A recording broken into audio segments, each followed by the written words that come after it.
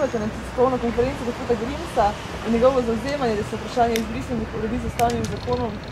Gospod Grims je masno lažal, mislim, da to je njena beseda, da bodo zapomnili generacije državljanov in Slovencev. Gospod Grims ne govori o podatkih in danes govori spet o vojakih, agresorih in tako naprej. 2,6% je vojaških pošelj. Gospod Grims pozabi povedati, mogoče kome storjena krivica od 3000 otrok izbrisanih velike probleme. Gospod Grims govori, da smo potovali v Bruselj z slovenskimi potnimi listi, ampak ne pozabi tudi povedati, da so jim odzeli stanovanja, da so jih deportirali in tako naprej.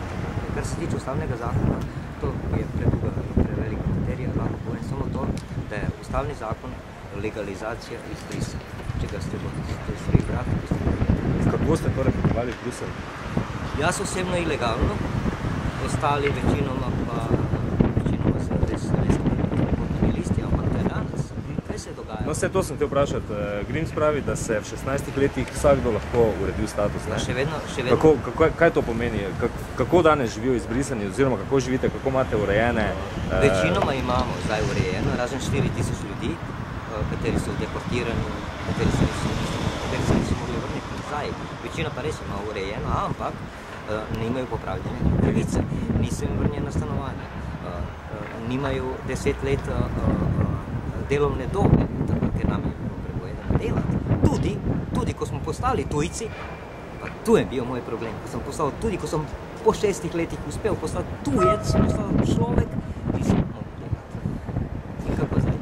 Se pravi, danes, ko v bistvu imate urejen status, ampak ste še vedno, imate status tujca, nimate slovenskega državljanstva? Jaz imam status tujca, to je moja principijelna zadeva, zato ker hočem dokazati, da se tudi z statusom tujca da živeti.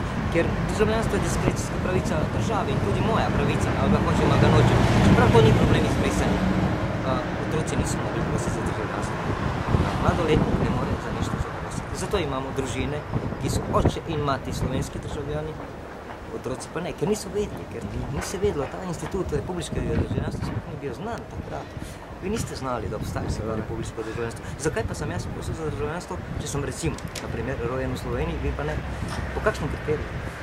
To so saltomortali. A danes imate kakšno državljanstvo ali se je sploh brez državljanstva? Imam svoje države, v kateri sem rojen danes v Srbiji. Večina ima tudi dvojno državljanstvo. Se pravi, 14 000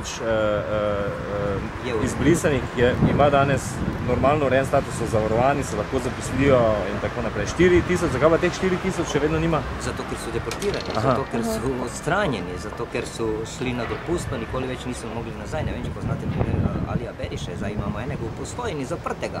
Še vedno jih zapirajo. Zakaj? Ker nima dokumentov. Zakaj pa nima dokumentov? Če pa je Ustavno sodišče predpohladno rekel, da so jim nezakonito vzeli dokumente. Zdaj, predolgo, da vam govorim, to, kaj govori Grims, so čiste laži, obveščanju ljudi, kakšnemu obveščanju, o pošiljanju potrdil, pa naj jih pokaže.